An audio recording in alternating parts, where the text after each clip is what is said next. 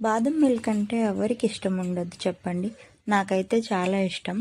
అందుకనే ఈసారి ఇంట్లోనే ప్రిపేర్ చేసుకున్నా. జస్ట్ 15 మినిట్స్లో అయిపోయింది. టేస్ట్ అయితే చాలా బాగుంది. ఇంకా ప్రాసెస్లోకి వెళ్ళిపోదామా? ఫస్ట్ అయితే ఆర్చి బాదం డ్రింక్ మిక్స్ తీసుకోండి. ఇది డీమార్ట్లో ఆర్ సూపర్ మార్కెట్స్లో ఎక్కడైనా ఈజీగా అవైలబుల్గా ఉంటుంది.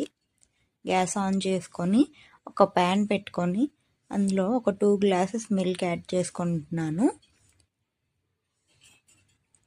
4 స్పూన్స్ బాదం డ్రింక్ మిక్స్ని యాడ్ చేసుకొని ఉండలు లేకుండా ఒకసారి బాగా కలుపుకొని 2 మినిట్స్ ఉంచి స్టవ్ ఆఫ్ చేసుకొని ఒక 10 మినిట్స్ వరకు ఫ్రిడ్జ్లో పెట్టి కూల్ అయ్యాక అందులోనే కొంచెం కట్ చేసుకున్న డ్రై ఫ్రూట్స్, జీడిపప్పు ఆర్ కిస్మిస్ మీకు ఏవి నచ్చితే అవి యాడ్ చేసుకోండి.